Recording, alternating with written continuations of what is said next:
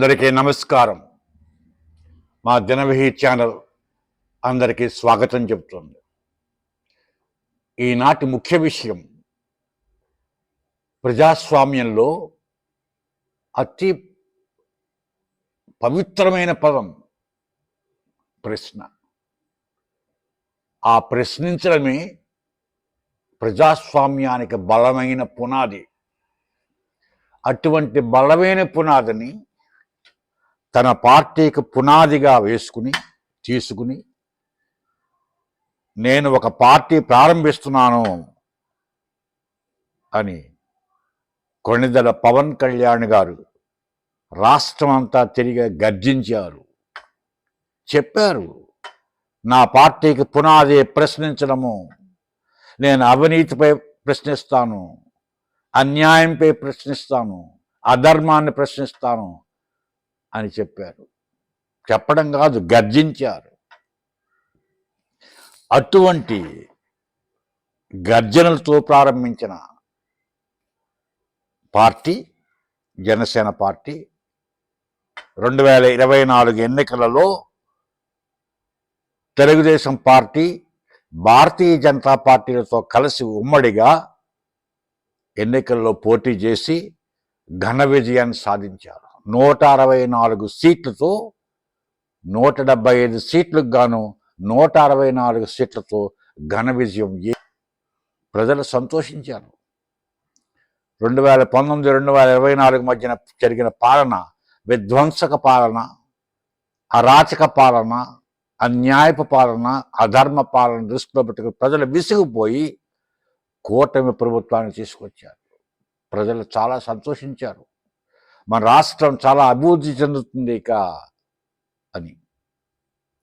ఇప్పుడు కూటమి ప్రభుత్వానికి ఈ రైస్ ఎగుమతి, చట్టవిరుద్ధ రైస్ ఎగుమతి ఒక పెద్ద సవాలుగా మారింది. ఈ దందా వెనుక ఉన్న సూత్రధారులు ఎవరు? క్షేత్రస్థాయిలో సామాన్యుడు ప్రశ్నిస్తే ఎందుకు సమాధానం దొరకట్లేదు? పవన్ కళ్యాణ్ గారు కాకినాడ వచ్చి సీజ్ ది షిప్ అని గొడవల్ని వాటిని సీజ్ చేయించినప్పుడు, నాదెండ్ల మనోహర్ గారు గొడవల్ని సీజ్ చేయించినప్పుడు పెట్టిన కేసులు ఈరోజు ఏమయ్యాయో, అవి ఎక్కడున్నాయో ఎవ్వరికీ తెలియదు. ఎవరి మీద కేసులు పెట్టారు, ఆ కేసుల పర్యవసానం ఏమిటి, ఆ కేసులు ఏ స్టేజ్లో ఉన్నాయి,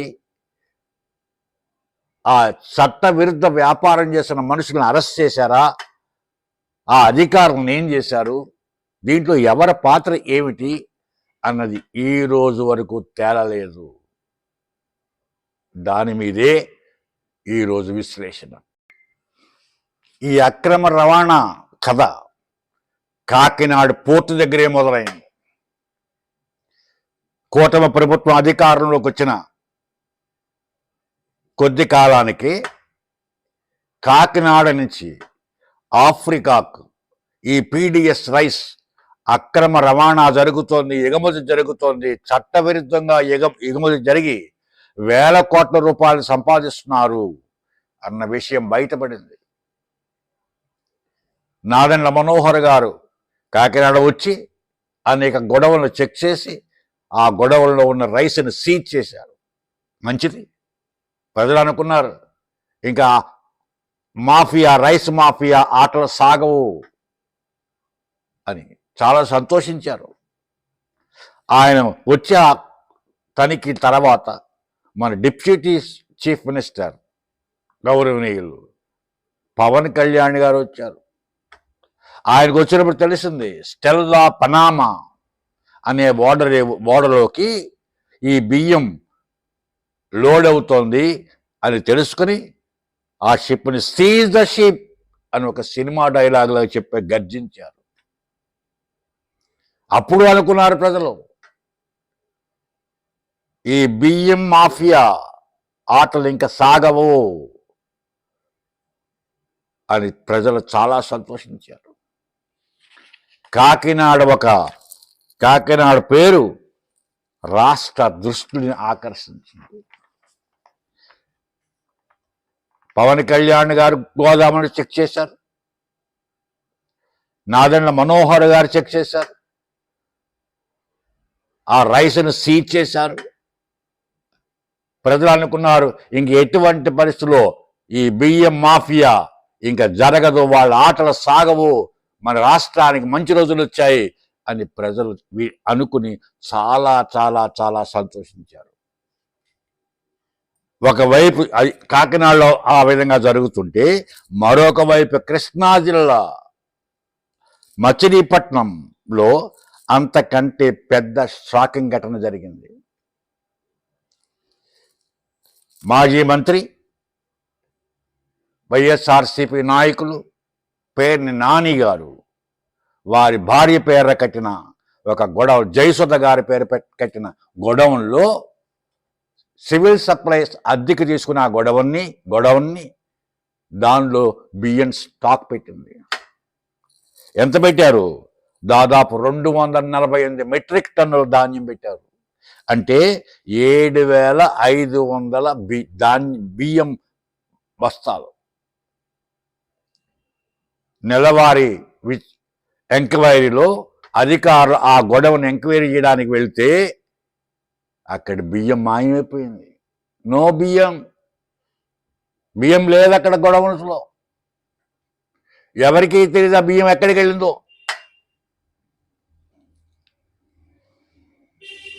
అధికారులు పోలీస్ కేసులు పెట్టారు. A1గా పేరు నాని గారి భార్య జయసుధ గారి పేరున, A6గా పేరు నాని గారిని కేసులు పెట్టారు. ఆ మేనేజర్ని, మిగిలిన అధికారులు వాళ్ళ ఆ గొడవల్లో పనిచేసే 4గురిని అరెస్ట్ చేశారు. ఈ లోపల కోర్టులు, న్యాయస్థానాలు వాళ్ళకి, జయసుధ గారికి, పేరు నాని గారికి కొంత ఊరట ఇచ్చాయి. కేసులు పెట్టారు. ఏమైంది ఆ కేసులు? ఎక్కడ ఉన్నాయి ఆ కేసులు? ఏ లెవెల్లో ఉన్నాయి, ఏ స్టేటస్లో ఉన్నాయి ఆ కేసులు? ఈ రోజు వరకు ఎవరికి తెలియదు. అసలు ఆ బియ్యం ఎక్కడికి వెళ్ళాయి? పునః బియ్యం పోతే పోయాయి, పునః ఆ డబ్బైనా వసూలు చేసిన గవర్నమెంట్. ఈ ప్రశ్నలకు ఎవరో సమాధానం చెప్పిన వాళ్ళే లేరు. పైగా దానికి జనసేన పార్టీ వ్యక్తి నాదెండ్ల మనోహర్ గారే మంత్రి. ప్రశ్నించడమే వాళ్ళ యొక్క పార్టీ పునాది అని చెప్పారు. మరి ప్రశ్నించడమైన వాళ్ళకి జవాబులు చెప్తున్నారా? మంత్రి గారు చెప్పట్లేదు, నాదెండ్ల మనోహర్ గారు, అధికారులు చెప్పట్లేదు సమాధానాలు, పవన్ కళ్యాణ్ గారు అసలే చెప్పట్లేదు. మరి ఏమనుకోవాలి? ఎన్నో ఉత్తరాలు రాశాను పవన్ కళ్యాణ్ గారికి, నేను ఎన్నో మెయిల్స్ పంపించాను పవన్ కళ్యాణ్ గారికి, నేను అనేక విషయాలపైన, పంచాయతీరాజ్ శాఖ మంత్రిగా అనేక విషయాలపైన ఆయన, మా గ్రామం గురించి ఆయనకి అనేక ఉత్తరాలు రాశాను. ఒక్కదానికి జవాబు లేదు. మరి నా పార్టీకి ప్రశ్నించడమే పునాది అని చెప్పారు ఆయన. మరి మేము ప్రశ్నిస్తుంటే మీరేం సమాధానం చెప్తున్నారు? అంటే మీ పునాది పగిలిపోయిందా? మీ పార్టీ ప్రశ్నించడం అనే పునాది పగిలిపోయిందా? లేదా ఆ పునాదిని తీసేశారా? వేరే పునాదిని వేసుకున్నారా? మీరు చెప్పండి, అదేనా చెప్పండి. మీరు అది చెప్తే మేము ప్రశ్నించాం కదా.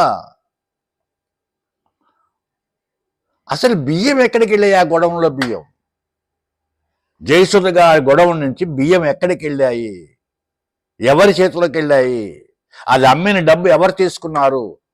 ఇంతవరకు వాటికి సమాధానాలు లేవు. ఎవరి దగ్గర నుంచి లేవు, మంత్రుల దగ్గర నుంచి లేవు, అధికారుల దగ్గర నుంచి లేవు, ఎవరి దగ్గర నుంచి లేవు. ఏంటి పరిస్థితి? ఇక్కడే ప్రజలకు సందేహం కలుగుతోంది. విచారణ జరిగాయి, కేసులు పెట్టారు, కానీ ఎవరిని అరెస్ట్ చేయలేదు. ఆ బియ్యం ఎక్కడికి వెళ్ళాయో తెలియదు. పోనీ ప్రభుత్వం డబ్బు వసూలు చేసిందా అంటే తెలియదు.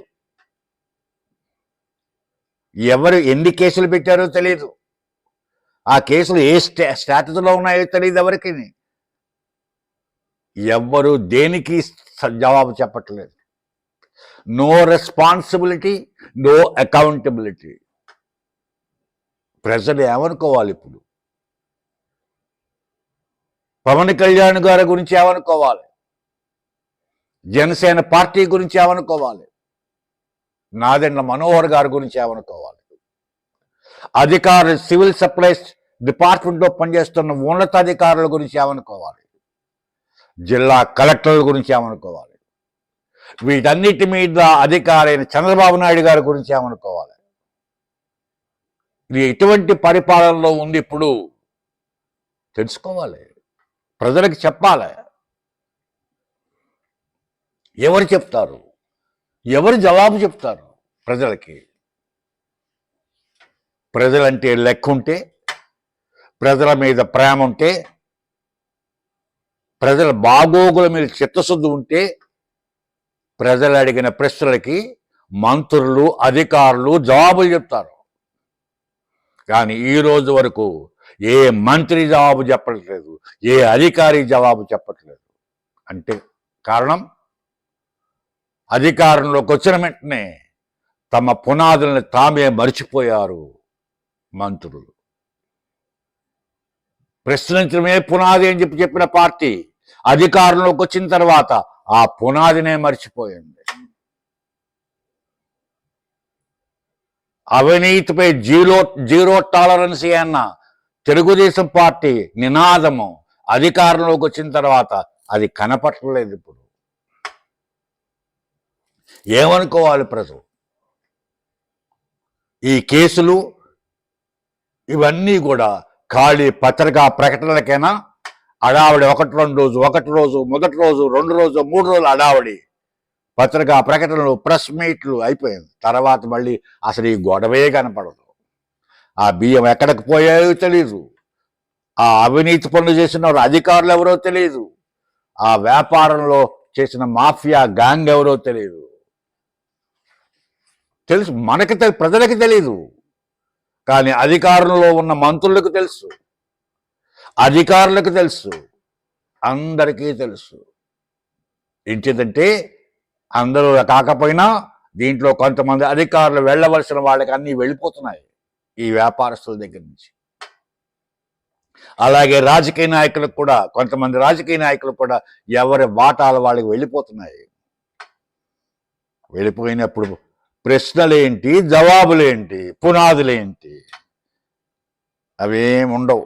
అధికారంలో రాని క్రితమే ఈ పునాదులైనా, ప్రశ్నలైనా, ప్రజాస్వామ్యమైనా, రాజ్యాంగమైనా ఒక్కసారి అధికారంలోకి వస్తే ఈ మాటలు మర్చిపోతారు అధికారంలోకి వచ్చిన పార్టీ వాళ్ళు. వాళ్ళని చూసి అధికారులు కూడా అలాగే ప్రవర్తిస్తారు. పవన్ కళ్యాణ్ గారి రాజకీయ ప్రయాణంలో ప్రశ్నించడం అనేది ప్రధానమైన భాగం. మరి ఇప్పుడు ప్రశ్నలకి ఆయన ఏం చెప్తున్నారు? ప్రజలు అడిగే ప్రశ్నలకి ఆయన ఏం సమాధానం చెప్తున్నారు? వచ్చి అడావిడి చేసి ఏదో cinema dialogue seize the ship అని, ఆ గొడవలో సీజ్ చేసేయండి అని చెప్పి అయిపోయింది. తర్వాత కేసు ఏమైందో తెలీదు, ఎక్కడున్నారో తెలీదు, ఏమిటో తెలీదు. మరి ఏమనుకోవాలి ప్రజలు ఈ పార్టీల గురించి? ఏమనుకోవాలి ఈ మంత్రుల గురించి? ఏమనుకోవాలి పవన్ కళ్యాణ్ గారి గురించి? ఏమనుకోవాలి నాదెండ్ల మనోహర్ గారి గురించి?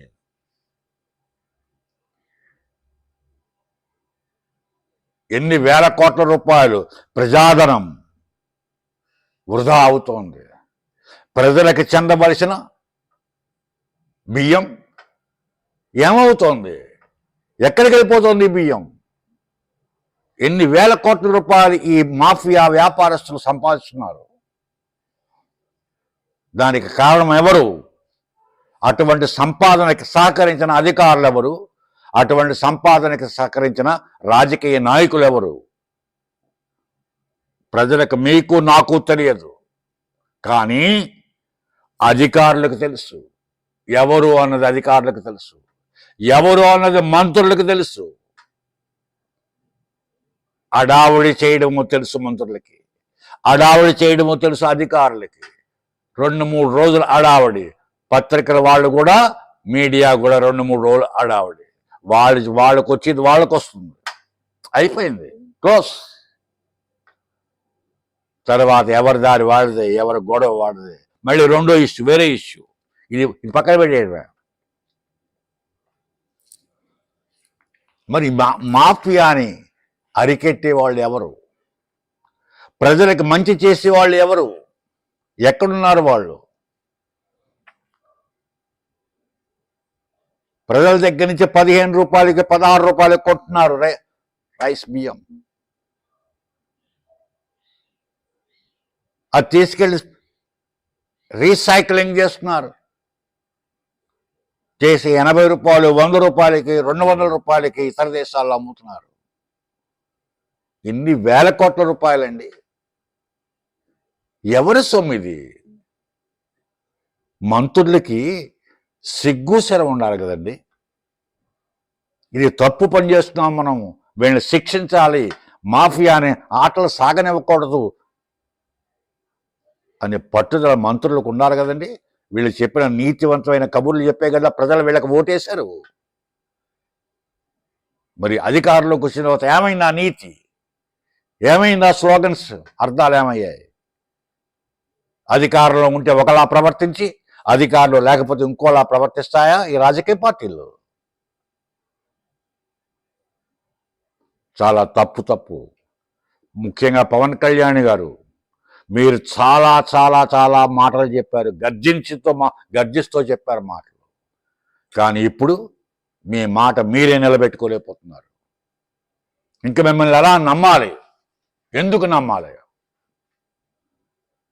మీ పార్టీని ఎందుకు నమ్మాలి? మిమ్మల్ని ఎందుకు నమ్మాలి? ప్రజలు ఎందుకు మిమ్మల్ని నమ్మాలి చెప్పండి.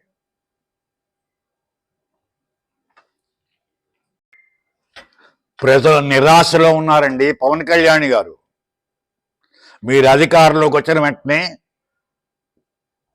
ఈ బియ్యం మాఫియా వాళ్ళని అరికడతారు, ప్రజలకు మంచి జరుగుతుంది అని ఎంతో ఆశించారు మీ నుండి. మీరు హడావుడి చేశారు. 2-3 రోజులు, 4 రోజులు కేసులు పెట్టారు, గొడవలు సీజ్ అన్నారు, నౌకరు సీజ్ అన్నారు. తర్వాత ఏమైంది? మీరు హడావుడి చేయడం, కేసులు పెట్టడం కాదండి. దాని ఫలితం ఏంటి? ఎంతమందికి మీరు శిక్ష వేయించారు? ఎంతమంది మీద కేసులు పెట్టారు? ఎక్కడికి వెళ్ళింది ఆ బియ్యం? ఎక్కడికి వెళ్ళాయి? ఎవరి దగ్గరికి వెళ్ళాయి ఆ బియ్యం? ఏ దేశానికి తరలించారు బియ్యాన్ని? ఎన్ని వేల టన్నులు తరలించారు బియ్యాన్ని? వాటి ఖరీదంత? వాళ్ళు ఎంత సంపాదించారు ఆ బియ్యం అమ్మి? వాళ్ళ పేర్లేంటి?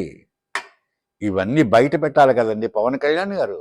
మీ పార్టీ పునాది ప్రకారం అయితే ఇవన్నీ బయట పెట్టి ప్రజలకు చెప్పాలి మీరు. కానీ మీరేం చేస్తున్నారు? మరిచిపోయారు అసలు. ఆవేళ సీజ్ ద షిప్ అన్నారు. ఆ పనామా ఓడేదో, ఈవేళ అది ఎక్కడో కూడా మీరు మర్చిపోయి ఉంటారు బహుశా. ఆ ఓడ పేరు కూడా మీరు మర్చిపోయి ఉంటారు. ఓడ పేరే కాదు, మీరు చెప్పిన డైలాగ్ సీజ్ ద షిప్, ఆ డైలాగ్ కూడా మీరు మర్చిపోయి ఉంటారు అనుకుంటున్నాను. మీరు అలా మర్చిపోకపోతే ఈ కేసీ పార్టీకి ఒక ఎండింగ్కి వచ్చును. ఆ మాఫియా అందరూ బయటపడుతురు. ప్రజలకు తెలుసును ఎవరు చేస్తున్నారు ఈ పని అని ప్రజలకు తెలుసును. ఎంత బియ్యం బయటికి వెళ్ళిపోయింది, ఎన్ని వేల టన్నులు బయటికి వెళ్ళిపోయింది, ఎన్ని వేల కోట్ల రూపాయలు మాఫియా సంపాదించింది అన్నదన్నీ బయటపడును. వాడి శిక్ష అనుభవించారు ఈ పార్టీకి. కానీ లేదో చిత్తశుద్ధి మీ దగ్గర, మీ అధికారంలో లేదు చిత్తశుద్ధి, మీ మంత్రుల్లో లేదు చిత్తశుద్ధి, మీలో లేదు చిత్తశుద్ధి. అధికారంలో రాని క్రితం ఉన్న చిత్తశుద్ధి అధికారంలోకి వచ్చిన తర్వాత మీలో కొరబడింది, మీ పార్టీలో కొరబడింది.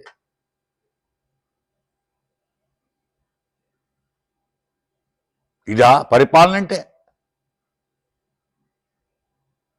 చంద్రబాబు నాయుడు గారు, నేను 1995 చంద్రబాబు నాయుడిని చూస్తారు, ఇంకేముంది మీ పని అది, మీ పని అది ఇది అన్నారు. ఏమైంది? ఏ కేసు ఈ రోజు వరకు లీగల్గా ఎండింగ్ రాలేదు. ఒక కేసు. మీరు అధికారంలోకి వచ్చిన 2024 నుంచి ఈరోజు దగ్గర దగ్గర 2 సంవత్సరాలు పూర్తయింది. ఎన్ని కేసులు మీరు సెటిల్ చేశారు? ఎంతమంది అవినీతి పరులు మీరు పట్టుకున్నారు? ఎంతమంది అవినీతి పరులు మీకు శిక్షలు వేశారు?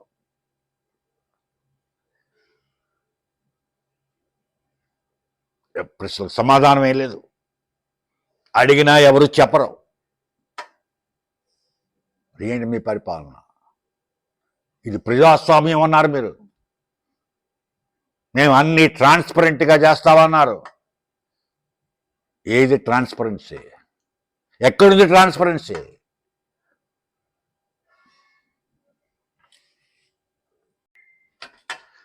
ప్రజాస్వామ్యంలో ప్రశ్నించడం ప్రజల హక్కు. దానికి జవాబు చెప్పడము ప్రభుత్వం యొక్క బాధ్యత. అవి మర్చిపోయారు. అది మర్చిపోయి పూర్తిగా మర్చిపోయారు. అసలు సమాధానాలే లేవు ఎవరి దగ్గర నుంచి. ముఖ్యమంత్రి గారికి కొన్ని దగ్గర 20 ఉత్తరాలు రాశాను నేను. మా గ్రామం గురించి, మా మండలం గురించి, చుట్టుపక్కల జరుగుతున్న సమస్యల గురించి 20 ఉత్తరాలు రాశాను. 20 మెయిల్స్ పంపించాను. పవన్ కళ్యాణ్ గారికి 15 లెటర్స్ రాశాను. 15 మెయిల్స్ పంపించాను. నారా లోకేష్ గారి విద్యాశాఖ మంత్రికి రాశాను లెటర్స్, 20 లెటర్స్, 20 మెయిల్స్ పంపించాను. ఇంతవరకు ఈ 2 ఏళ్లలో నేను రాసిన ఉత్తరాలు 20, 15, 55 ఉత్తరాలు. అండ్ మెయిల్స్ 15, 20, 55 మెయిల్స్ పంపించాను. ఒక్కదానికి సమాధానం లేదు. నారా లోకేష్ గారి నుంచి కానీ, పవన్ కళ్యాణ్ గారి నుంచి కానీ, లేదా చంద్రబాబు నాయుడు గారి గురించి వారి ఆఫీస్ నుంచి ఒక్క ఉత్తరం లేదు, ఒక్క జవాబు లేదు. ఏంటిది? ఏం పరిపాలన? ఈ పరిపాలన ఏ ఉత్తరం రాసినా సరే పీజీఆర్ఎస్కి వెళ్ళిపోతుంది. మేము పీజీఆర్ఎస్లో మేము చేయలేమా? మీరు పంపడం ఎందుకు? మీ ఆఫీస్కి నేను ఉత్తరం రాశాను, అది పీజీఆర్ఎస్కి ఎలా పంపుతారు మీరు? ఆ పీజీఆర్ఎస్ వాళ్ళు నెంబర్ ఇచ్చేయడం, మాకు ఒక మెసేజ్ పంపడం, ఇది మేము రిజిస్టర్ చేసామంటే కంప్లైంట్ నెంబర్. ఎందుకు ఆ కంప్లైంట్? మీరు చింపేసి బుట్టలో పడేయడం కదా, మేమే చింపేసి బుట్టలో పడేస్తున్నాం. దానివల్ల ఉపయోగం లేదని అందరికీ తెలుసు. మీ పీజీఆర్ఎస్ వల్ల ప్రజలకి ఏమీ ఉపయోగం లేదు అని అందరికీ తెలుసు. మీ పీజీఆర్ ఎవరికి న్యాయం జరిగిందో చెప్పండి. పీజీఆర్ఎస్ వల్ల నేనే పెట్టాను 12 కంప్లైంట్, 15 కంప్లైంట్లు. ఒక్కదానికి కూడా సరైన ఎండార్స్మెంట్ ఇవ్వలేదు. ఒక్కదానికి కూడా సమస్య పరిష్కరించలేదు మీరు. 12 కంప్లైంట్స్ ఉన్నాయి. ముఖ్యంగా మా గ్రామ సెక్రటరీ ప్రజలను అవమానిస్తున్నాడు, ప్రజలను బాధ పెడుతున్నాడు. శానిటేషన్ వర్కర్స్ దగ్గర నుంచి ప్రతి నెల 1000 రూపాయలు లంచం తీసుకుంటున్నాడు. 5000 రూపాయలు శాలరీ నుంచి తీసుకుంటున్నాడు. అలాగే సాలిడ్ మేనేజ్మెంట్లో పనిచేసే అమ్మాయికి 10,000 రూపాయలు శాలరీ అకౌంట్లో వేసి మళ్ళీ 5,000 రూపాయలు లంచం వెనక్కి తీసుకుంటున్నాడు. నేను తెలియపరిచాను, కలెక్టర్కి తెలియపరిచా, ఎండిఓకి తెలియపరిచా, డిపిఓకి తెలియపరిచా, డివిజన్ పంచాయతీ ఆఫీసర్కి తెలియపరిచా, చీఫ్ మినిస్టర్కి తెలియపరిచా, డిప్యూటీ చీఫ్ మినిస్టర్ తెలియపరిచా, నారా లోకేష్కి తెలియపరిచా. ఎవ్వరూ యాక్షన్ తీసుకోలేదు ఇంతవరకు. పైగా ఆయనకి ప్రమోషన్ ఇస్తున్నారు, ఒక అవినీతి పరుడికి ప్రమోషన్ ఇస్తున్నారు. ఇక్కడ మా గొడవ ఉండగా ఆ గొడవ సెటిల్ చేయకుండా ఆయన ట్రాన్స్ఫర్ చేయడానికి ప్రయత్నిస్తున్నారు కొంతమంది అధికారులు. అందుకే మళ్ళీ కాగితం రాశాను నేను, మళ్ళీ లెటర్ రాశాను నేను అందరికీ, చీఫ్ మినిస్టర్ దగ్గర నుంచి కలెక్టర్ వరకు అందరికీ మళ్ళీ లెటర్స్ రాశాను. మా ఇష్యూ సెటిల్ అయ్యే వరకు ఆయన ఈ గ్రామం నుంచి బయటకు పంపడానికి వీల్లేదు. ఆయనకి ప్రమోషన్, అటువంటి కరప్ట్ ఆఫీసర్కి ప్రమోషన్స్ ఇవ్వకూడదు. ఆఫ్ చేయండి, ప్రమోషన్ ఆఫ్ చేయండి. ఈ గొడవ సెటిల్ చేయండి. సెటిల్ చేసిన తర్వాత అతను అన్యాయం చేయలేదు, అతను కరప్షన్ చేయలేదు అని నిరూపితమైతే ప్రమోషన్లు ఇవ్వండి. మేము అభ్యంతరం పెట్టాం, మేము తలంచుకుంటాం మీ ముందు. నువ్వేమి లేదు, ఎవరికే సమాధానం చెప్పరు మీరు, చెప్పవలసిన అవసరం మీకు లేదన్నట్టుగా ఉంటుంది ప్రవర్తన. మరి ఇంకెందుకు ఈ ప్రజాస్వామ్యం?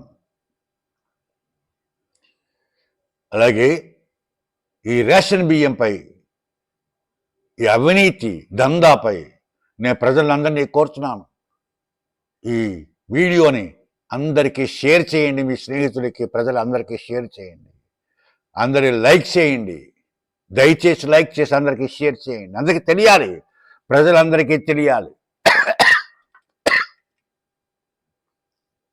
ఏం జరుగుతుందో రాష్ట్రంలో తెలియాలి ప్రజలందరికీ. దయచేసి అందరికీ షేర్ చేయండి. అలాగే ఈ అవినీతి దందాపై, అవినీతి మాఫియా వ్యాపారాలపై మీ కామెంట్స్ కూడా తెలియపరచండి, మీ అభిప్రాయాలను కామెంట్స్ రూపంలో తెలియపరచండి. అలాగే ఆఖరిని మిమ్మల్ని అందరినీ కోరుతున్నాను, మా దినభి న్యూస్ ఛానల్ని బెల్ ఐకాన్ ప్రెస్ చేసి సబ్స్క్రైబ్ చేయమని మరీ ప్రార్థిస్తున్నాను. జై హింద్.